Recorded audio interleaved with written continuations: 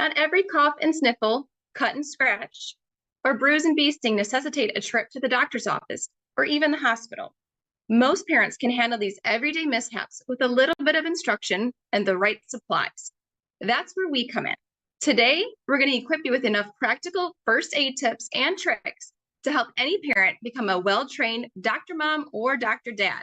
So send your questions to us because I'm ready to get my answer on for this episode of Ask the Doc.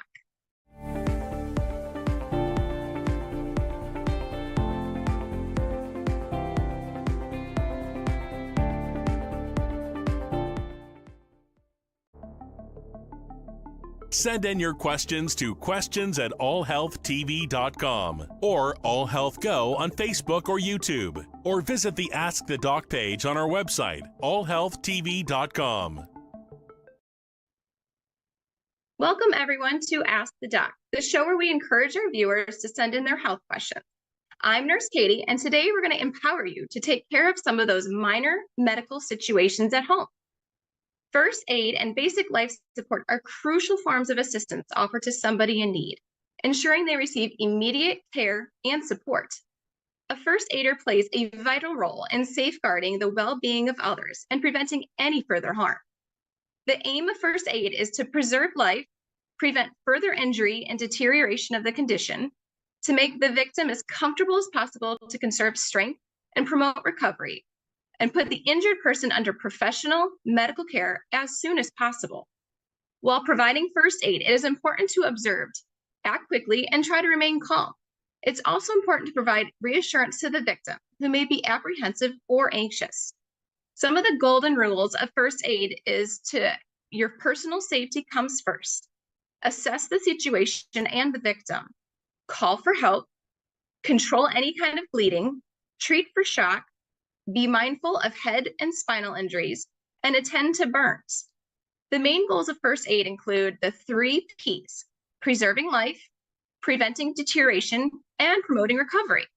Let's kick things off with a YouTube question from Ellie. Hi, Nurse Katie. I recently found out that my first cousin, Sarah, is allergic to bee stings. I can't believe I never knew this. Anyways, now I'm concerned that one of my 2 children might also be allergic. What should I do if one of them has an adverse reaction to a sting? And what should I do, even if they don't have an adverse reaction? Ellie, I'm so glad you asked me these questions. Thanks for reaching out. But before I answer, let's check out this video from the good folks at Mayo Clinic.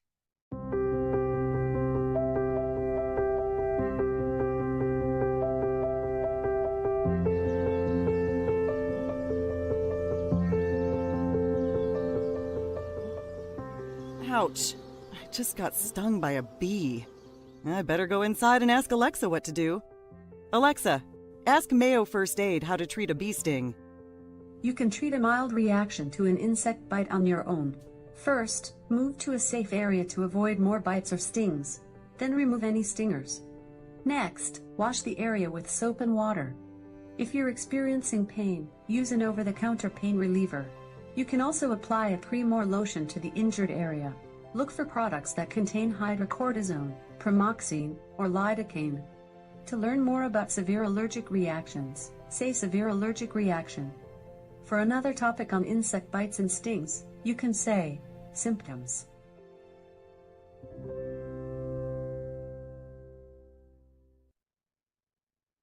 It is now summertime and many people are enjoying the fresh air. However, with fresh air comes bugs and bees. Let's discuss what to do if you get stung by a bee.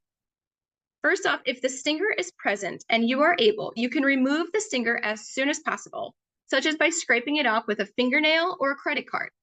If you do not remove the stinger, it will release venom into your bloodstream and can cause further symptoms, such as increased swelling, dizziness, difficulty breathing, and sometimes nausea. It also increases your risk of developing an infection at the sting site. The stinger looks like a tiny black dot in the sting. Use a fingernail to remove it.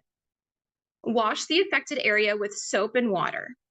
You can apply a cold compress. You can wrap an ice pack in a towel and place it on your skin to reduce the swelling. Elevate the affected area of your body to lessen the swelling. You can also take an over-the-counter pain reliever as needed. Bee stings are painful and can cause itchiness. So antihistamines can also reduce skin symptoms, and over-the-counter pain medications like acetaminophen or ibuprofen can relieve your pain. Use these medications as directed on the label. You can also use calamine lotion or hydrocortisone cream to ease the itching. If the sting is on the arm or the leg, elevate it above the level of your heart if you can. You can usually put a couple pillows underneath it, and that will help. If you ever encounter a bee sting, some people find relief by using baking soda to neutralize the venom. To try this remedy, mix baking soda with water to create kind of a paste, and then generously apply it to the affected area. Cover it with a bandage and leave it on for at least 15 minutes, reapplying as needed.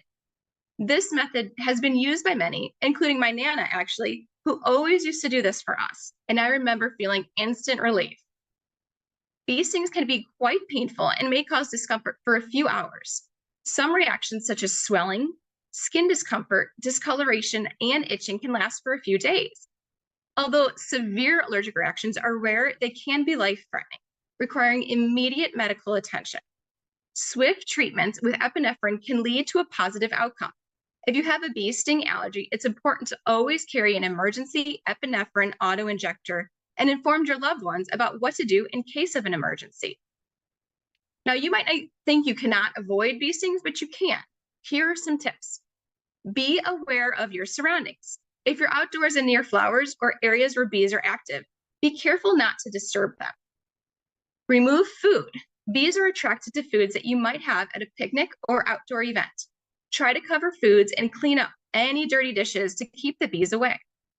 Try not to use any floral scented products. Bees like flowers or fruity scents. If you use hair or skincare products that smell like fresh flowers, bees may mistake you for one. You can also wear protective clothing. Choose clothing items that cover your skin, like long sleeves and pants, especially if you're working out or playing outdoors. It's very easy to step on a bee, so wear closed-toed shoes instead of bare feet when walking in the grass. And always remember to stay calm. Bees aren't aggressive insects and only use a stinger to protect themselves. If you swat at bees or try to shoo them away, you put yourself more at risk of getting stung. If you stay calm and let the bee pass by, it will go away without harming you. Now, if you do get stung by a bee, how do you know if you should go to the ER or not? Here are some symptoms that might require some immediate attention, like difficulty breathing, a tight feeling in your chest, difficulty swallowing. You might develop hives or a skin rash, swelling all over your body. You might feel dizzy or lightheaded and have stomach cramps, vomiting, or even diarrhea. All right, looks like our next question is very important and comes to us from Clint, who reached out via our very own website, allhealthtv.com. Clint asks, "Hi, Nurse Katie. I had a couple of concussions when I was growing up. I now have 2 boys of my own who always roughhouse with each other. So it's just a matter of time until one of them hits his head on something. I guess my question is this: how can I tell if someone has a concussion? And if they do, what should I do?" Clint, I said this before, this is a very important question. Anytime you hit your head, it's crucial to monitor for those signs of concussion or a serious injury. Because this is such an important topic, I do want to put up a graphic for it. So first of all, number 1, severe head or facial bleeding might be a sign of a concussion. Number 2, bleeding or fluid leaking from the nose or the ears. Number 3, vomiting. Number 4, a severe headache. Number 5, change in your consciousness for more than a few seconds. Number 6, black and blue discoloration below the eyes or even behind the ears. Number 7, not breathing. Number 8, if you have any confusion. Number 9, you might be agitated. Number 10, you might have a loss of balance or feel kind of dizzy. Number 11, weakness or an inability to use your arm or your leg. Number 12, your pupils might be unequal in size. Number 13, you might have slurred speech. And number 14, you may develop seizures. Now, children have very similar symptoms of adults, but can also have persistent crying. They may refuse to eat. Infants may have a bulging soft spot on the front of their head, and they might be continuously vomiting. Administer the following first aid steps while waiting for an emergency medical to help arrive. Keep the person still. The injured person should lie down with the head and shoulders slightly elevated. Don't move the person unless it is very necessary. Avoid moving the person's neck. If the person is wearing a helmet, do not remove it. Stop any bleeding. Apply firm pressure to the wound with sterile gauze or a clean cloth, but don't apply direct pressure to the wound if you suspect anything is wrong with their skull. Watch for changes in breathing and alertness. If the person shows no signs of circulation, no breathing, coughing, or movement, begin CPR. There are some quick concussion tests you can administer at home. Concussion tests assess your brain function after a head injury. Most concussion tests consist of questionnaires or symptom checklists. Concussion tests check for alertness, memory, focus, how fast you can think, and your ability to solve problems. They also check your balance and coordination. Concussion tests are one of the tools used to diagnose a concussion. It is important to know that only medical professionals can examine you or a loved one in order to need a test to diagnose a concussion. However, in some instances, you can ask a few questions and gather some information to share with the doctor. Some questions you can ask may include having the person state their name, where they are, the time and date, and what just happened. You can have them spell words or have them spell words backwards. Sometimes that would help kind of indicate if they have a concussion or not. You can ask them, do you have a headache? Do you feel dizzy or nauseous? You can also have them follow your finger to see if their movement with their eyes follows the finger or not. You can ask them if their speech is normal and have them talk to you and see if it's slurred or not. See if they're sensitive to light or sound. And also see if there's any changes in their behavior. Do they seem restless, agitated, or confused? It is very important to never diagnose a concussion on your own. No matter how minor a head injury may seem, it's crucial to have it evaluated by a medical professional. Head trauma resulting in concussion symptoms should be evaluated right away. All right, our next question comes from an unusual source, me. This is probably one of the most terrifying situations any parent will experience, your child choking. Now, this issue hits close to home for me because my husband almost choked to death a few weeks ago. Thankfully, his friend knew exactly what to do when someone is choking. It's important to remember that it is scary and it is a life-threatening situation. When an object becomes stuck in the throat or windpipe, it can prevent air from reaching the lungs, causing serious distress.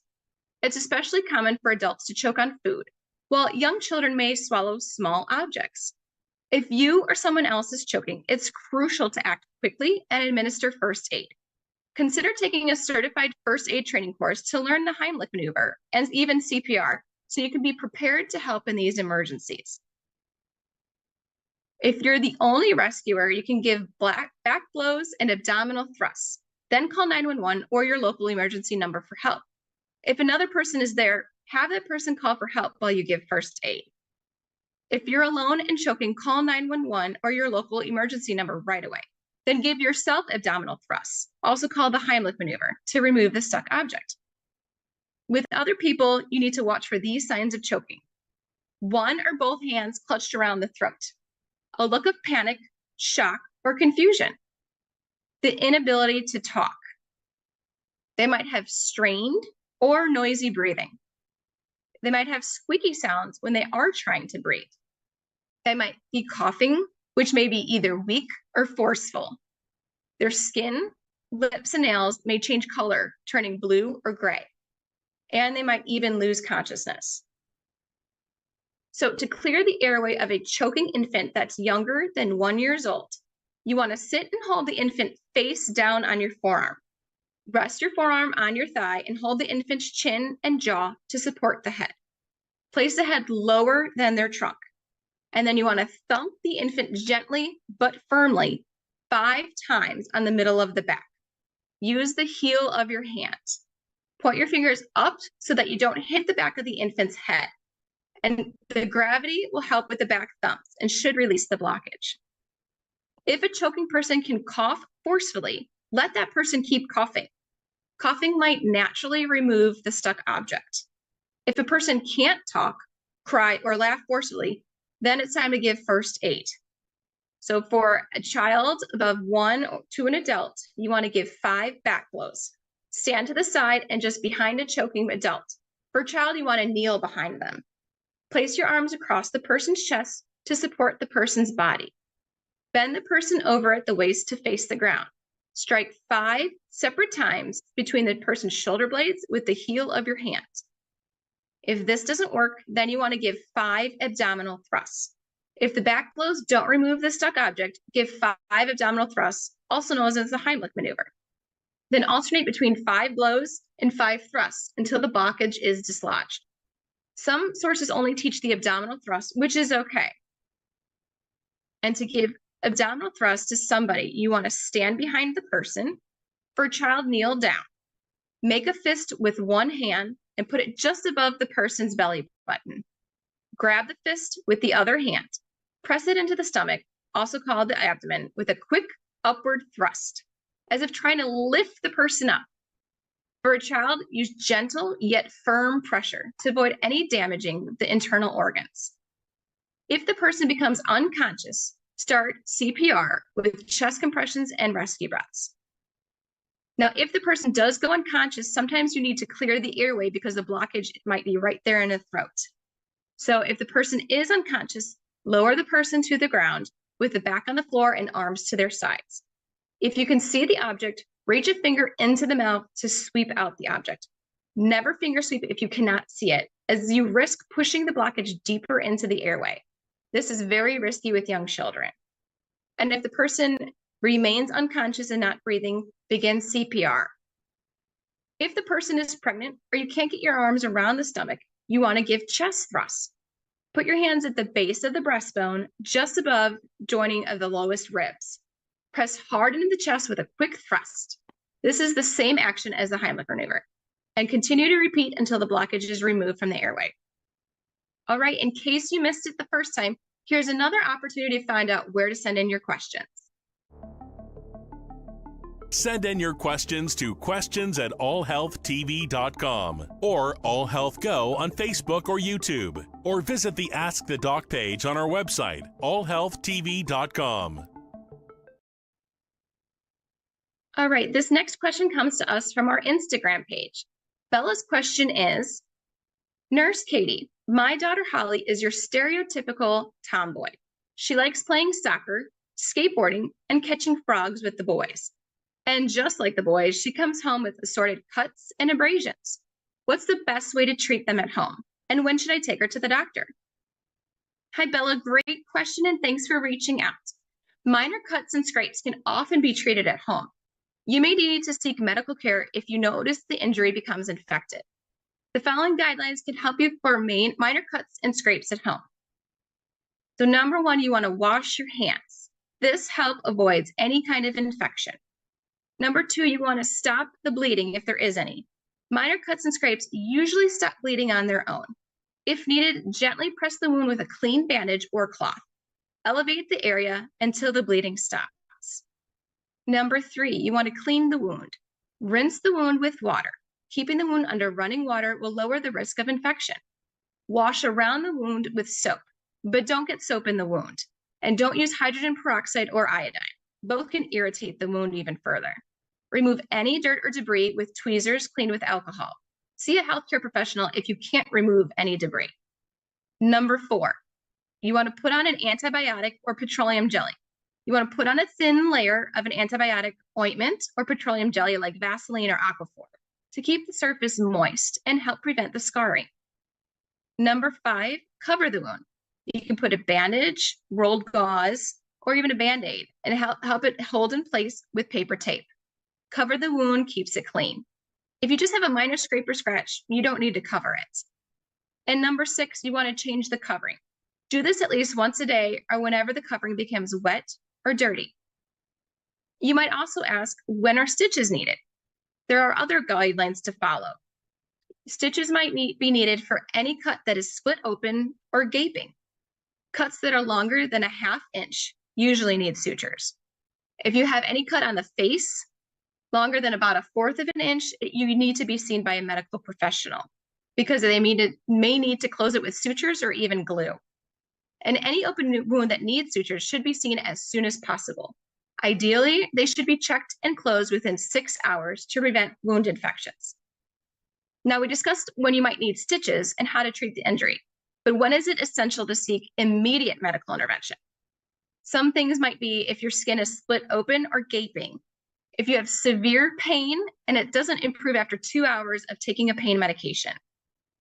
If you have a child that is less than 1 year old, you need to be seen immediately. If there's any dirt in the wound that isn't gone after 15 minutes of scrubbing or irrigating. If there's any skin loss from the bad scrape or if it goes very deep. If there's a cut or scrape that looks infected, or if you have not had a past tetanus shot.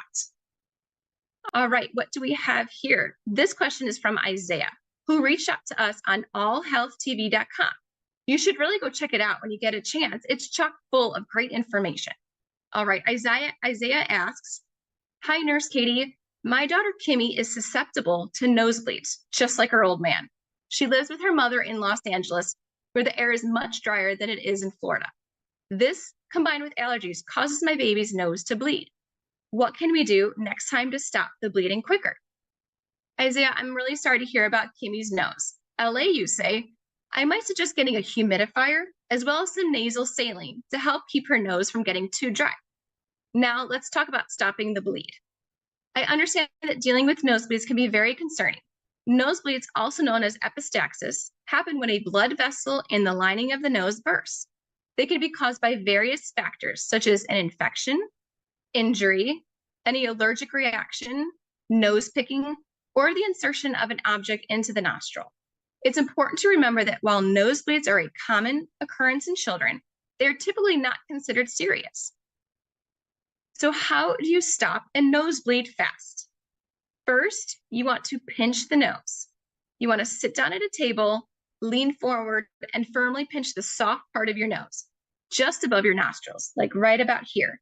And you want to hold for 10 to 15 minutes. Do not remove, do not look and see if it stopped. Just do it continuously for at least 10 to 15 minutes. Lean forward and try to breathe through your mouth. If there's any blood that collects in your throat, spit it out into a bowl. If you're actively bleeding after 30 minutes, you should probably head to the ER, particularly if you're experiencing any other symptoms such as lightheadedness or dizziness. Now, after a nosebleed stops, here's what you should not do for the next 24 hours. Number 1, do not blow your nose.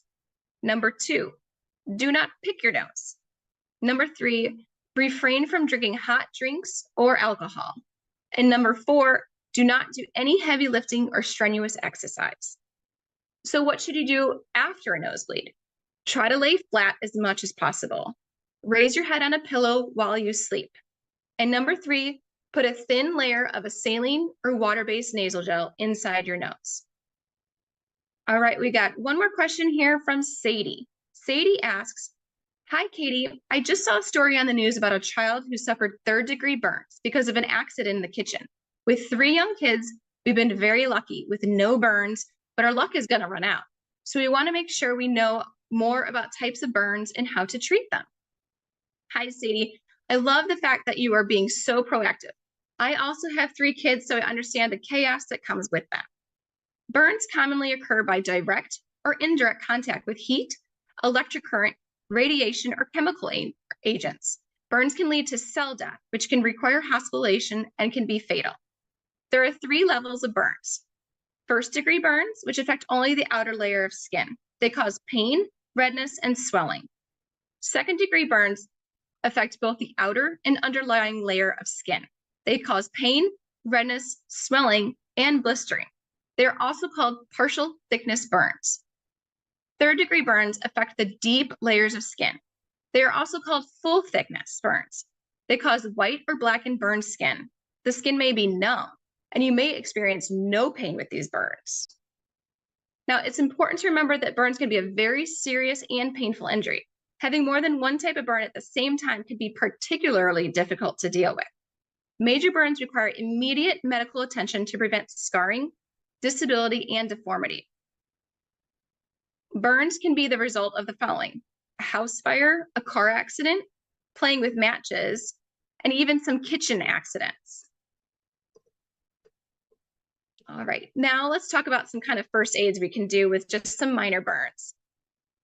If someone is on fire, well, that's a major burn. If someone's on fire, tell the person to stop, drop, and roll. Then follow these steps. You want to wrap the person, pour water on the person, and call 911. You want to make sure that the person is no longer touching or burning on any of the smoking materials. Do not remove burned clothing that's stuck on the patient's skin. And ultimately, you want to get them to the ER as quick as possible. And remember, it's crucial to do the following to burn victims. Don't apply anything to the burn. Don't breathe, blow, or cough on the burn to try to cool them off. Do not disturb the blistered or the dead skin. Do not remove clothing that is stuck to the skin. And do not give the person anything by mouth if there is a severe burn. All right, well, thank you for watching. This is it on Ask the Doc. Send in your questions to questions@allhealthtv.com or AllHealthGo on Facebook or YouTube, or visit the Ask the Doc page on our website, allhealthtv.com.